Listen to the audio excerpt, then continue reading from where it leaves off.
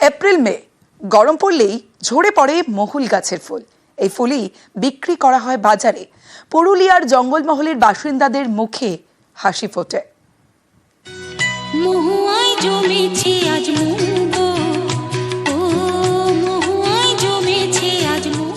এটা মহুল গাছ। এ গাছে ফুল ফোটে। এই ফুল থেকে যে পানীয় তৈরি হয় তাকেই বলে মহুয়া, যা নেশা ধরায়।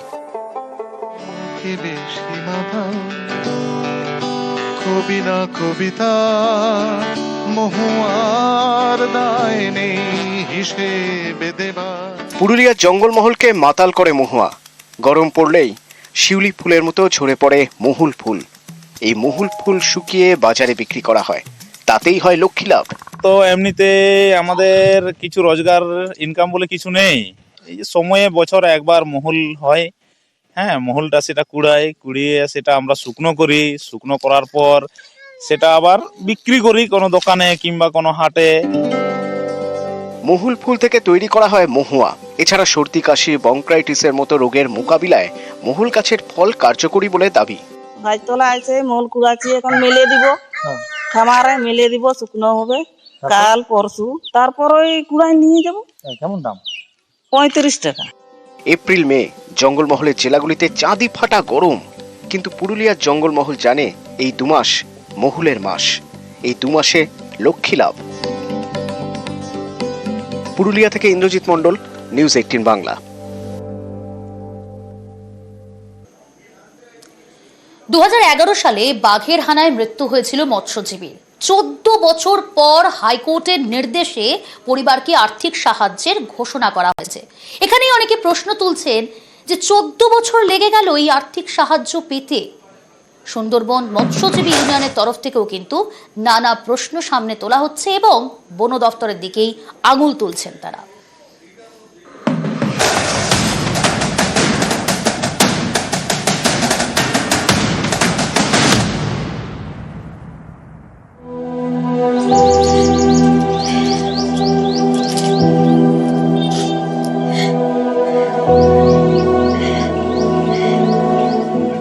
নিরাপদ মণ্ডল সুন্দরবনের মৎস্যজীবী।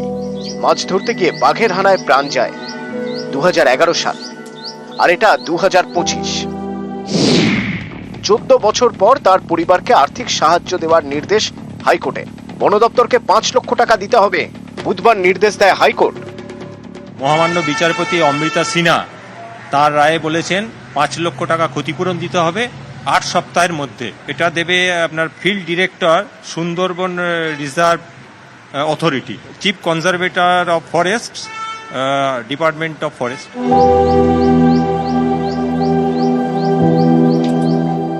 নিরাপদ মণ্ডলের পরিবারের সঙ্গে তালিকায় রয়েছে আরো 2টি পরিবার।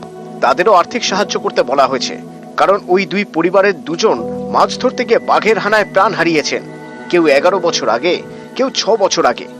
অনেকেরই প্রশ্ন, মারা যাওয়ার এত বছর পরে কেন আর্থিক সাহায্য? মৎস্যজীবীদের পরিবারের দাবি, মাছ ধরতে গিয়ে বাঘের হানায় মৃত্যু, নথিপত্র দিয়ে এটা প্রমাণ করাই সমস্যা। তাই বন দপ্তরের থেকে আর্থিক সাহায্যও মেলেনি। শেষমেশ কলকাতা হাইকোর্টে মামলা করা হয়। সেখানেই আর্থিক সাহায্যের নির্দেশ দেন বিচারপতি। মাছ ধরতে যাওয়ার জন্য দেওয়া হয় বোট লাইসেন্স সার্টিফিকেট, বিএলসি। এই লাইসেন্স দেয় বন দপ্তরের সুন্দরবন টাইগার রিজার্ভ। সুন্দরবনের মৎস্যজীবী ইউনিয়নের দাবি, মৎস্যজীবীদের অনেকেরই বোট লাইসেন্স সার্টিফিকেটের মেয়াদ ফুরিয়েছে। বন দপ্তর নতুন লাইসেন্স ইস্যু করছে না, তাই অনেকে নিয়ম ভেঙে অন্যের বোট লাইসেন্স সার্টিফিকেট ভাড়া নিয়ে মাছ ধরতে যান। যে যেমন পেরেছে, যাদের খুব বেশি প্রয়োজন তার হয়তো কেউ 60,000 নিয়েছে, কেউ 70,000 নিয়েছে, এরকম দিয়ে বেশিটা ভাড়া দেওয়া হচ্ছে।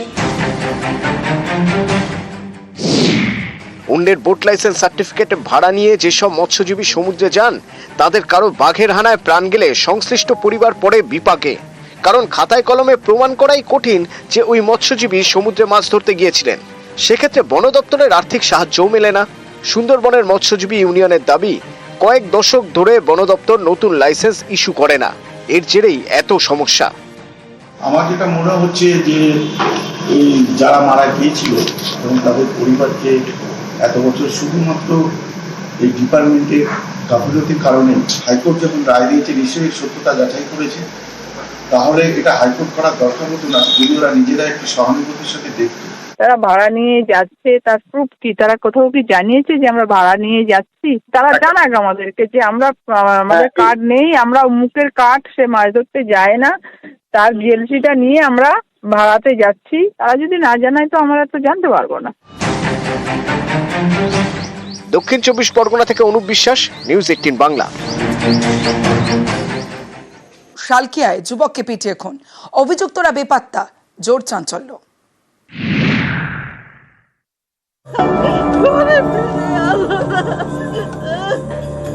ও তো ছেলে ভালো ছিল, কোথাও আমি থাকবা তুমি।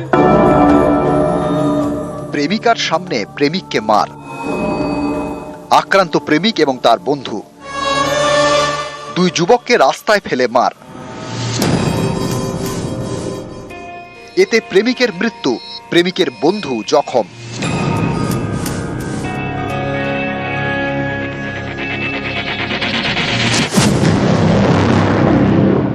নিহত যুবকের নাম সাগর তিওয়ারি, হাওড়ার শালকিয়ার জগদীশপুরের বাসিন্দা। ওরা সব ডেকে নিয়ে গেছে, ও মেয়েটা নিয়ে গিয়ে তারপরে ফিরে এলো না। 10টা ছেলে মিলে ওকে মাথা মেরেছে, বাঁশ দিয়ে মেরেছে, ডেকে নিয়ে মার্ডার করেছে। ওরা সন্দেহ হচ্ছে কি ওর বাবাটা পয়সা ওরা সবকে দিয়েছে মেয়েটাকে শিখিয়ে, ও মেয়েটা আমার ছেলেকে ডেকে নিয়ে গেছে, ওরা সব তো ফিট করেছে, বড় বড় ছেলে। ঘটনার সূত্রপাত শুক্রবার সকালে দুই বান্ধবীর ঝামেলা ঘিরে। সাগরের প্রেমিকার সঙ্গে তারই এক সহপাঠীর গোলমাল হয়। দুজনেই ক্লাস 9-এর ছাত্রী। দুই বন্ধুর ঝামেলায় জড়ান তাদের প্রেমিকরা। সাগরের প্রেমিকাকে তার বন্ধুর প্রেমিক মনু শর্মা অপমান করেন বলে অভিযোগ। প্রেমিকার অপমানের বদলা নিতে সুর চড়ান সাগর। এসবই চলছিল মোবাইল ফোনে। সামনাসামনি বোঝাপড়ার জন্য হাওড়ার বামনগাছিতে জড়ো হয় দুপক্ষ। স্কুল পড়ুয়া প্রেমিকার সঙ্গে সাগর এবং তার দুই বন্ধু, এই 4 জনের মধ্যে একজন টোটো চালক, তিনি গাড়ি থেকে নামেননি। প্রেমিকা এবং বন্ধু সিদ্ধার্থকে নিয়ে এগিয়ে যান সাগর, অন্যদিকে 10-12 জনকে নিয়ে যায় মনু শর্মা। বেধড়ক মারধর করে সাগর এবং সিদ্ধার্থকে। তারা গুরুতর জখম হন। টোটোয় করে তাদের হাওড়া হাসপাতালে নিয়ে যাওয়া হয়। শনিবার রাতে হাসপাতালে মারা যান সাগর তিওয়ারি। আগের ওই যে ছেলেটা মেরেছে, ওই ছেলেটা আগে ওর বয়ফ্রেন্ড ছিল, আর আমরা জানিও না যে এমনি ঝামেলা হবে বলে। আমরা বারণ করছি, আমাদের কথা শুনছেই না, আর মেয়েটা বলছে চলো ওকে মারবে, ওকে মারবে। প্রেমিকার বদলা নিতে গিয়ে খুন, এই অভিযোগে চাঞ্চল্য ছড়ায় হাওড়া শালকিয়ায়। খুনের মামলা রুজু করে তদন্ত শুরু করেছে পুলিশ। হাওড়া থেকে রাজু ভূঁইয়ার সঙ্গে দেবাশিস চক্রবর্তী, নিউজ 18 বাংলা।